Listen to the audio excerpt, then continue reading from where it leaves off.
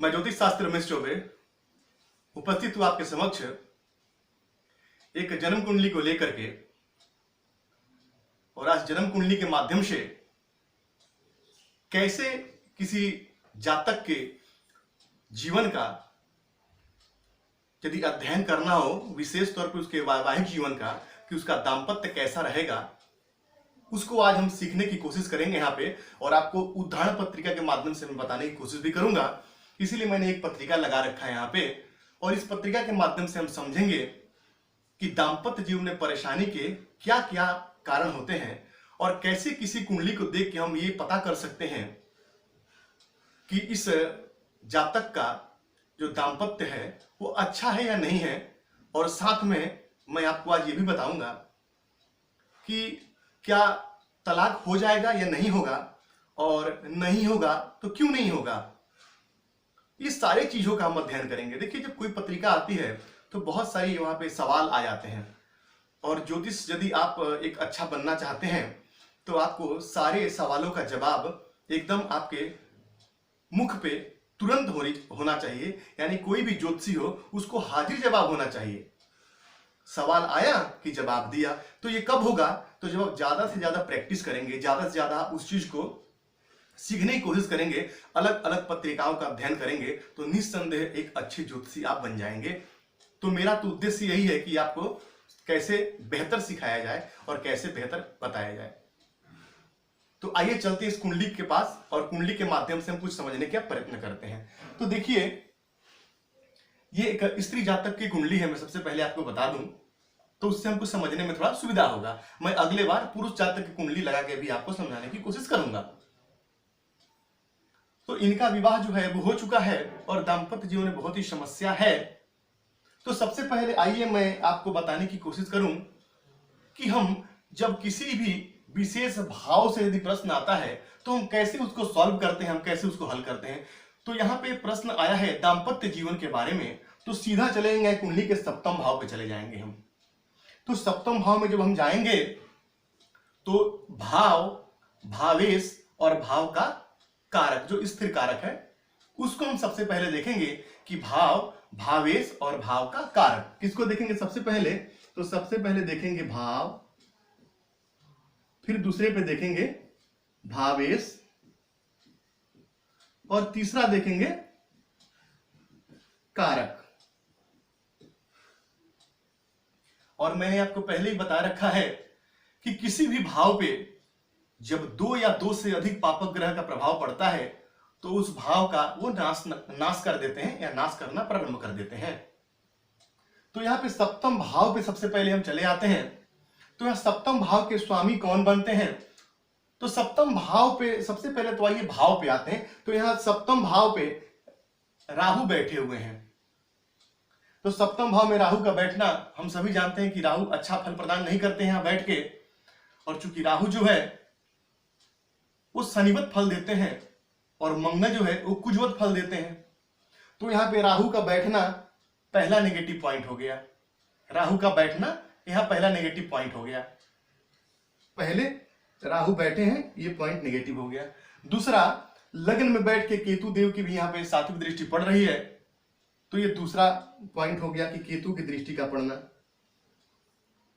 अब और देखिए, सप्तम भाव पे और भी किसी पापक ग्रह की दृष्टि पड़ रही है क्या? तो सप्तम भाव पे हम देखें तो और किसी की पापक ग्रह की दृष्टि नहीं पड़ रही है। तो दो पाप ग्रह का यहाँ पे एक बैठना राहु का, दूसरे केतु का दृष्टि देना। अब वहीं चले आइए कुंडली के भावेश पे चले आइए। तो यहाँ के भावेश कौन बनते हैं? शनि देव बनते हैं। और शनि जो है अपने से एक घर पीछे आके बैठे हुए हैं। तो आपको सबको पता है कि जब कोई भी ग्रह अपने से 12वें चला जाए, यदि हम यहां से जोड़ेंगे तो 1 2 3 4 5 6 7 8 9 10 11 और 12, तो ये इस घर का व्यय स्थान है। और जब कोई ग्रह यदि अपने से एक घर पिछले आ जाता है तो लगता है उस भाव का व्यय करने। तो यहाँ पे ये शनिदेव अपने से एक घर पीछे आके बैठ गए, तो ये क्या करेंगे? सप्तम भाव का व्यय करेंगे। और चलित चक्र में इनका क्या होता है कि चलित चक्र में भी यहाँ पे क्या होता है कि शनिदेव जाकर के और यहाँ बैठ गए हैं। कहां पे? राहु के साथ बैठ गए हैं। तो चलित चक्र में भी जाके उलझिए मत, अभी ऐसे समझने की कोशिश कीजिए कि शनि का यहाँ 12वें भाव में आके बैठना, ये दूसरा नेगेटिव पॉइंट हो गया। भाव और भावेश की हमने चर्चा कर ली। अब चलते हैं भाव के कारक पे। तो यहाँ पे और सप्तम और शनि पे किसी ग्रह की दृष्टि है क्या, वो भी देखेंगे कि शनि कहीं पीड़ित तो नहीं है। तो यहाँ पे हम देखते हैं, तो यहाँ पे किसी भी पापक ग्रह की दृष्टि यहां से नहीं आ रही है, लेकिन यहां से 1 2 3 4 5 6 7 और 8 और मंगल की दृष्टि कहां रही है कुंडली के, जो सप्तम भाव के स्वामी शनि है उन पे आ रही है। ये भी ठीक नहीं है, मंगल की दृष्टि का पड़ना भी ठीक नहीं है। अब आते हैं भावेश पे, भाव के कारक पे। तो यहाँ पे भाव के कारक कौन बन जाते हैं, तो चूंकि स्त्री की कुंडली है तो देव गुरु बृहस्पति जो है वो सप्तम भाव का कारक यहां बनेंगे। तो सप्तम भाव के कारक बृहस्पति कहां बैठे हैं, तो लगन में बैठे हैं। कैसे बैठे हैं, उच्च के बैठे हैं, लेकिन किसके साथ, तो राहु केतु के एक्सिस में बैठे, यानी राहु केतु के साथ बैठे हैं और राहु की दृष्टि में बैठे हैं। राहु की सातवीं दृष्टि यहाँ पे बृहस्पति में पड़ती है और केतु के साथ राहु का बैठना ये अच्छा नहीं कहा जाएगा। वहीं अब मैंने आपको बता दिया कि भाव, भावेश और भाव के कारक यहाँ पे तीनों पीड़ित हो गए हैं। भाव भी पीड़ित है, भावेश शनि भी पीड़ित है, अपने से घर पहले का फल देने और मंगल की दृष्टि में है, और भाव के कारक जो है वो भी केतु के साथ बैठे हैं और राहु की दृष्टि में बैठे हैं। तो ये अच्छा नहीं कहेंगे। अब किसी भी व्यक्ति की कुंडली में हम चौथे भाव से उसके पारिवारिक सुख का विचार करते हैं कि उसके परिवार का कितना सुख उसको मिलेगा। तो यहाँ जब हम पारिवारिक सुख पे चलते हैं तो देखते हैं यहाँ पे सूर्य बैठे हैं, और मैंने आपको बताया कि सूर्य जिस भाव में बैठते हैं उस भाव को जलाते हैं। तो यहाँ पे हालांकि यहाँ पे चंद्रमा जो है वो लग्नेश होकर दिग्बली होकर बैठे हैं, ये अच्छी बात है। सूर्य यहाँ पे बैठना सिर्फ 2 डिग्री पे बैठे हैं, और सूर्य जो है 10 अंक तक जो है वो नीच के माने जाते हैं। तो सूर्य के यहाँ चौथे भाव में बैठना ये पारिवारिक कलह को भी देता है। तो परिवार में कलह तो बना रहेगा, पारिवारिक कलह का सामना इस जातिका को करना पड़ेगा। ये भी नकारात्मक बिंदु हो गया। अब किसी भी व्यक्ति के जीवन में चाहे स्त्री हो चाहे पुरुष हो, शुक्र जो है वो दाम्पत्य के कारक शुक्र है। मैंने बताया कि बृहस्पति तो इस कुंडली में इस लड़की के या किसी भी जातिका के पति के कारक हो जाते हैं, लेकिन जो विवाह के बाद का जो जीवन है, जो ऐश्वर्य का, भोग और विलास का जीवन है, उसके स्वामी शुक्र को माना जाता है। तो शुक्र यहाँ पे नीच राशि में बैठे हैं, और कैसे बैठे हैं तो मैं लिखा अस्त होकर बैठे हैं। ये भी एक नकारात्मक पॉइंट हो गया।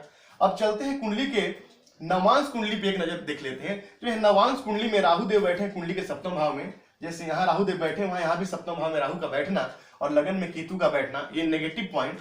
और यहाँ भी शुक्र जो दाम्पत्य के कारक हैं वो नीच राशि में बैठे हैं, ये भी नेगेटिव पॉइंट। वहीं सूर्य यहाँ भी नवांश कुंडली में कैसे बैठे हैं, तो नीच के ही बैठे हैं। और शनिदेव जो यहाँ पे सप्तम भाव के कारक थे वो यहाँ पे आकर के कुंडली के तीसरे भाव में बैठे हैं, और देखा जाए तो राहु की दृष्टि इन पे पड़ती है। यहां से जोड़ेंगे तो 1 2 3 4 5 6 7 8 9, तो यहां भी, तो इतना हम यहाँ पे दृष्टियों का प्रभाव चूंकि हम ज्यादा नहीं देखते हैं, हम दृष्टि देखते ही नहीं है किसमें, तो नवांश कुंडली में, तो हम ग्रहों की स्थितियों को समझने की कोशिश कर रहे हैं। अब यहाँ पे जो सप्तम भाव में यहाँ जो राशि थी वो यहाँ कहाँ चली गई, तो यहाँ पंचम में चली गई। तो अच्छा हुआ, कभी भी 6 8 12 की राशि जो है वो उस भाव में नहीं जाना चाहिए और ना ही लगन में जाना चाहिए। तो लगन पे यहाँ पे 6 नंबर की राशि चली गई, और यहाँ 6 नंबर की राशि जो है हमारे तीसरे भाव में है, तो ये भी लगभग ठीक मानेंगे। वहीं यहाँ पे सप्तम भाव में यहाँ मीन राशि पड़ती है जो यहाँ पे भाग्य की राशि है, तो ये भी एक सकारात्मक पॉइंट है। अब इस जातिका का जो विवाह हुआ शनि की महादशा में हुआ, और विवाह के बाद काफी समस्या आई और काफी दिन तक जातिका पति से अपने अलग भी रही, लेकिन फिर भी अब दोनों एक साथ रहते हैं।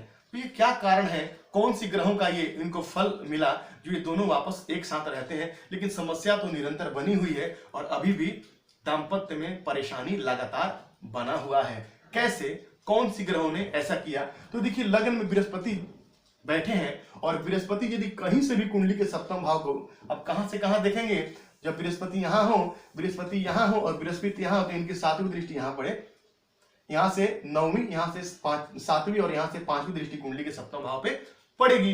तो यहाँ बृहस्पति सप्तम दृष्टि पे, सप्तम भाव पे अपनी 7वीं दृष्टि देखते हैं। तो बृहस्पति क्या करते हैं कि यदि सप्तम भाव को देखें तो वैवाहिक जीवन में चाहे कितनी भी परेशानी हो, चाहे कितनी भी समस्या आए, बेशक मारा पीटी हो जाए, हाथापाई हो जाए, लेकिन दाम्पत्य को टूटने नहीं देते हैं। और जब तक न चाहते हुए वैवाहिक जीवन को आप कह सकते हैं कि झेलता है या उसको ढोने के लिए बाध्य हो जाता है।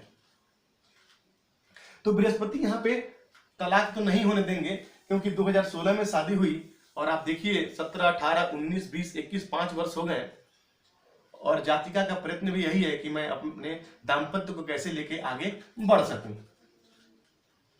तो समस्या तो यहाँ पे है। मैं आपको एक और बात बताऊं कि चौथे भाव में भी पापक ग्रह का बैठना ठीक नहीं माना गया है। और दूसरे भाव में, दूसरा भाव हमारे कुटुंब का है, तो देखिए यहाँ दूसरे भाव नवांश कुंडली में सूर्य बैठे हैं नीच के, तो कुटुंब का कलेश। देखिए विवाह होने के बाद कुटुंब की वृद्धि भी होती है हमारे यहाँ, तो हम दूसरे भाव पर भी ध्यान देते हैं, दूसरे भाव को भी हम एक बार देखते हैं। तो भाव भावेश और भाव के कारक को तो देखना ही आपके, साथ ही साथ आपके अंदर वो क्वालिटी भी होनी चाहिए कि आप और भी चीजों को देखें और समझने की कोशिश करें कि इसके अलावे और कहां से समस्या आ रही है। तो सप्तम भाव में कौन बैठा है, सप्तम भाव पे किसकी दृष्टि है, और सप्तम भाव का स्वामी कहां बैठा है, फिर सप्तम भाव के स्वामी पे किसकी दृष्टि है, और सप्तम भाव के कारक जो हैं वो कहां हैं और उनपे किस ग्रह की दृष्टि है, ये देखना बड़ा ही जरूरी है। यहाँ पे यदि सप्तम भाव के स्वामी पे भी पाप ग्रह की दृष्टि है, सप्तम भाव पे पाप ग्रह की दृष्टि है, और कारक पे भी पाप ग्रह की दृष्टि है, या पाप ग्रहों के प्रभाव में है, पीड़ित है, तो निस्संदेह समस्या होगी। तो यहाँ पे कारक पीड़ित है, भाव पीड़ित है, भावेश पीड़ित, अपने से एक घर पीछे जाकर के मंगल की दृष्टि में बैठना, तो यहाँ पे तो तीनों पीड़ित हैं। तो इसीलिए जातिका को समस्याओं का सामना करना पड़ा है। लेकिन मैं आपको एक बात बता दूं, यहाँ पे विवाह टूटेगा नहीं, क्योंकि बृहस्पति की दृष्टि है। विवाह चलेगा, निरंतर समस्याओं के साथ चलेगा। आपने बहुत लोगों को देखा होगा कि कहते हैं कि अब तो नहीं हो रहा है, अब तो बर्दाश्त करने के बाहर है, लेकिन फिर भी वो दाम्पत्य को चलाते रहते हैं और लंबे समय तक दाम्पत्य उनका चल जाता है। तो यहां भी समस्या उसी प्रकार की बनी हुई है। तो ऐसे इनको झेलने के लिए या इनको वो वैवाहिक जीवन को एक तरह के आप कह लीजिए कि कैरी करने के लिए जातिका बाध्य है और इसको करना पड़ेगा। तो इस प्रकार से आप कुंडलियों का अध्ययन करके उन चीजों को समझने की कोशिश करेंगे तो निस्संदेह आपको फायदा होगा। अब अगले जो कुंडली जो मैं लाऊंगा, तो मैं पुरुष की कुंडली लाऊंगा और उसमें भी आपको समझाने की कोशिश करूंगा किस प्रकार से उसका दाम्पत्य जीवन प्रभावित हुआ है, इसको भी मैं आपको बताने की कोशिश करूंगा। तो ऐसे करते करते हम धीरे धीरे सीखेंगे और उदाहरण के साथ सीखेंगे तो ज्यादा लाभ होगा, समझ में आएगा। और आप यदि निरंतर यदि ध्यान से देखते रहें तो आपको फायदा होगा और आप भी फल कथन करने में समर्थ हो जाएंगे, ये मुझे यकीन है। तो यकीन है कि आपको आज का पसंद आया होगा मेरा कुंडली अध्ययन का प्रोग्राम। तो आपका दिन मंगलमय, मंगल कामना के साथ आज के लिए इतना ही। नमस्कार।